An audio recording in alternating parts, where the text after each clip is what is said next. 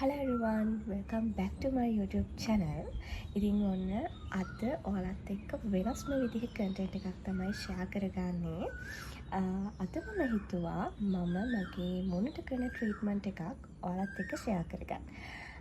මේ කාලේ ගොඩක් කට්ටිය එයාලගේ busy life එක පුරුදු වෙලා තියෙන දෙයක් තමයි ට්‍රීට්මන්ට් එකක් කරනවා නම් සැලොන්ස් වලට ගිහලා කරනවා. එහෙම නැත්නම් එක ප්‍රොඩක්ට්ස් යූස් කරලා try කරනවා.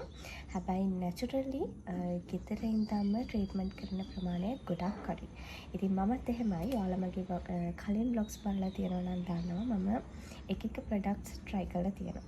හැබැයි මට හිතුණා අද ගෙදර ඉඳන්ම natural දෙයක් try කරලා බලන්න. ඉතින් මේක මම ගොඩක් TikTok videos වල YouTube videos වල දැකලා තියෙනවා. සහ ඔයාලත් මේ විදි දන්නවා ඒ treatment එක ගැන. ඉතින් ඒ තමයි කඩලපිටි treatment එක. ඉතින් මට හිතුණා ගෙදර තියෙන ingredients use කරලා product එකේ pack එක try කරලා බලන්න. ඒක මම search කරලා බැලුවම ඒක ගොඩක් අපේ scars. ඉතින් ඒ treatment එකේ තියෙන benefits වලට ගත්තොත් අපේ මුණවල් වල තියෙන scars, එතකොට අවුවට ගිහිල්ලා පිච්චිච්ච අපේ skin එක, ඊට අමතරව පොඩ්ඩක් skin එක glow කරගන්න ගොඩක් හොඳ treatment එකක්. ඉතින් මේක අපිට ගෙදර තියෙන අපි ළඟ තියෙන ingredients use කරලා හදාගන්න පුළුවන්. ඒකට අමතරව ගොඩක් කට්ටිය මේක face pack එකක් විදියට, එතකොට අත්වලට ඒ වගේ දේවල් වලටත් use කරනවා. හැබැයි මම අද try කරන්නේ මගේ මූණට. ඔයාලා මගේ කලින් vlogs බලලා තියෙනවා නම් දැකලා ඇති. මගේ නහයේ පොඩි scar එකක් තියෙනවා සහ මෙන්න මෙතන පොඩි scar එකක් තියෙනවා කළු පාටට. ඉතින් සමහර ඒවා scars වලට විතරක් treatment එක කරනවා. හැබැයි මම හිතුවා අද මගේ මුළු මූණටම ඒ pack එක try කරලා බලන්න. ඉතින් අපි යම් vlog එකට මොනවාද ඒකට ඕනේ වෙන්නේ සහ කොහොමද මේ pack එක හදාගන්නේ කියලා.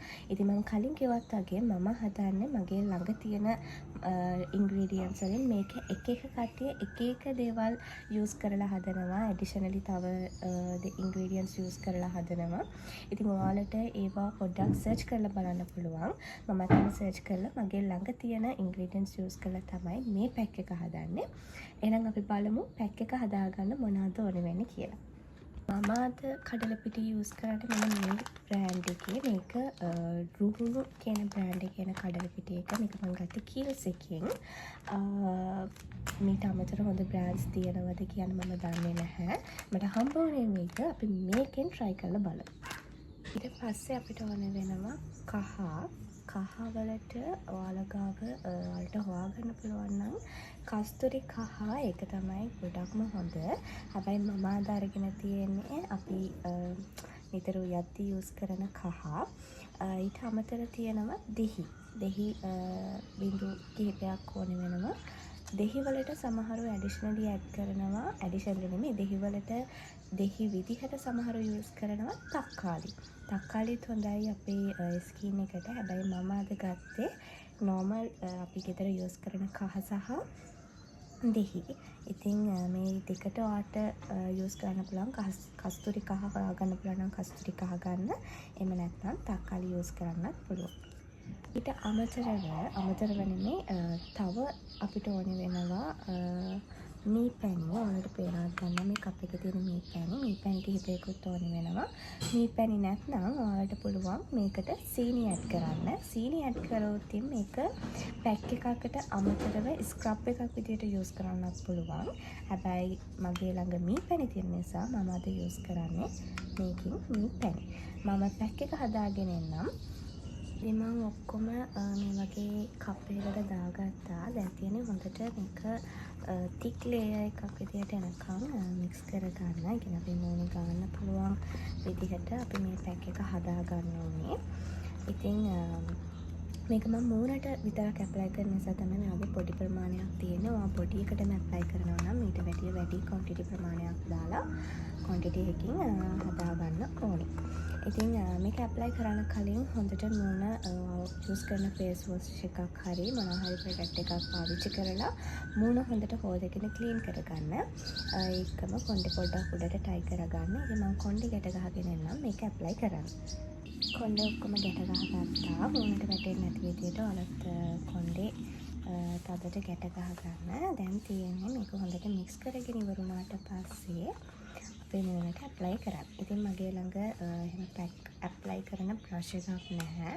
මම මේ වගේ පොඩි ස්පූන් එකක් යූස් කරලා තමයි මේක මගේ මූණට ඇප්ලයි කරගන්නේ.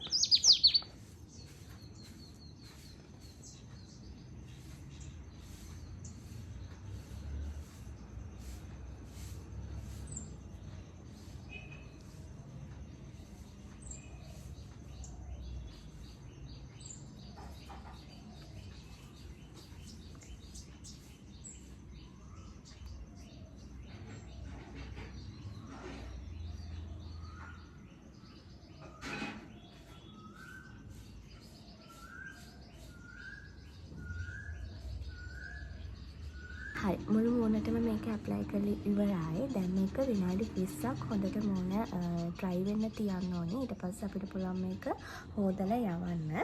ඉතින් තව මගේ මේකෙන් ටිකක් ඉතුරු වුණා. මම හිතුවා ඒ ටික මගේ මේ වැලමිට හරිය කළු වෙලා තියෙන නිසා ඒ ටිකට ඇප්ලයි කරන්න.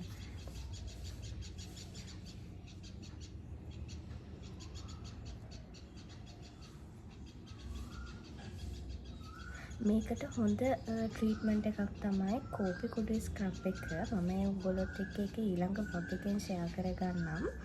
අද මගේ මේක ඉතුරු වෙච්ච නිසා තමයි මම මේක ඇප්ලයි කරන්නේ.